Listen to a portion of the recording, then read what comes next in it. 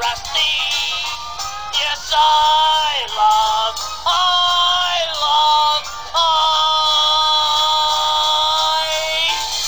trash. The next couple of comics I'm going to look at are Ultimate Avengers #1 and Ultimate Spider-Man #1. And I find it amusing that there are 001 on each comic.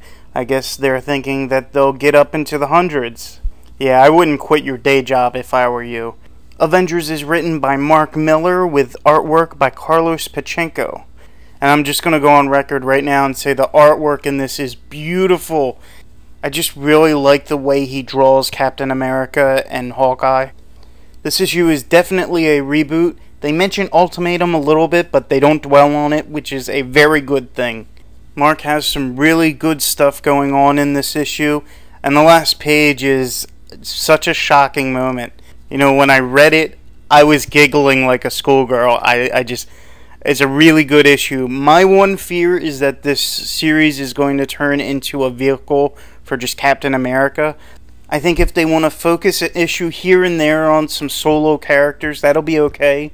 But I think the overall series should be a team book, and it should stay a team book. But so far, this is off to a great start. I really don't understand why they're calling themselves the Avengers now, and not the Ultimates. I think they should have just stuck with their original name, but if they can figure out what they're going to avenge, then more power to them. Ultimate Spider-Man is written by Brian Michael Bendis, with artwork by David LaFuente. Much like the Avengers issue, this issue is a reboot, kind of mentioning Ultimatum, but not going in-depth into it, which is, like I said, a good thing. One thing that's kind of sketchy for me is that it's 6 months after the event took place, and New York City is almost all rebuilt. You know, I'm really able to suspend my disbelief, but 6 months rebuilding a city is not reality. I'm sorry. There's a really great moment at the beginning of the comic with Peter dealing with a job that he hates doing. I can really feel for him during that moment. Brian introduces some interesting elements into the story. There's a masked man. I don't know who it is because I didn't read the Ultimate Spider-Man beforehand. So somebody can help me with who the guy is. There are some familiar faces returning to the comic. I won't say who they are if anybody hasn't read it yet, but it makes for some really interesting potential storylines in the future. A really great first issue. I'm not a fan of the artwork. The artwork is very manga-like.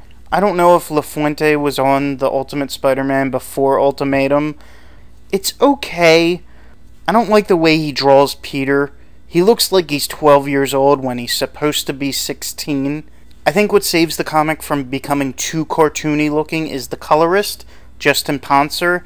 He does an amazing job of separating people with different colors, but making them blend in so they all complement each other very well.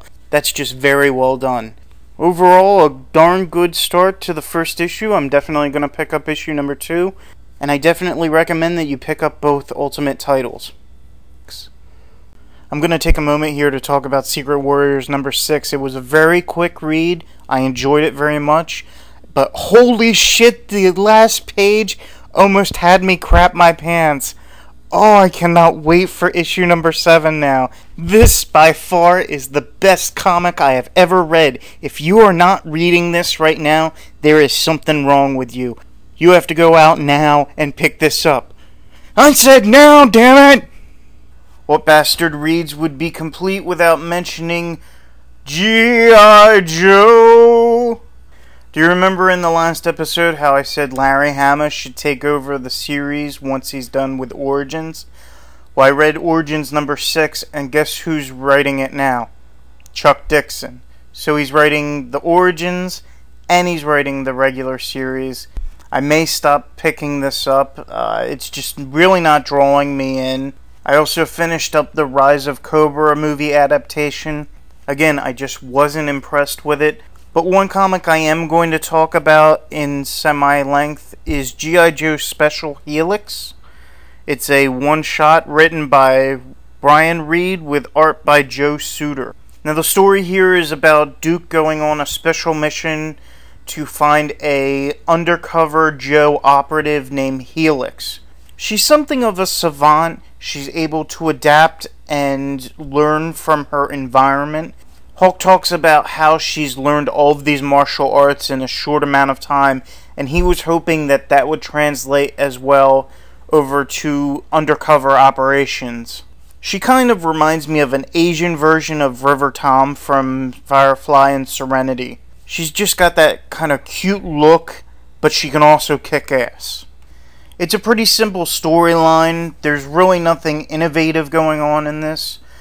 One thing that I didn't like is that in this comic, they acknowledge that Cobra exists, but in the G.I. Joe ongoing series right now, they're trying to determine whether Cobra exists. There are Joes, mainly Snake Eyes and Scarlet, and a former Joe named Mainframe, who have circumstantial evidence that the terrorist organization exists, but there's really no concrete proof yet in that series. So it's kind of taking me out of the story in Helix that Hawk is mentioning to Duke that Cobra exists. You know, I could buy it if Hawk dropped hints that he knew they existed, but you couldn't tell his team that because it's super top secret, but so far they haven't. The artwork is pretty impressive. I think Joe needs a little bit more time to work on his craft. I like the way he draws Helix, but that's about it. I think it's a decent one-shot, but I don't think it's worth $4.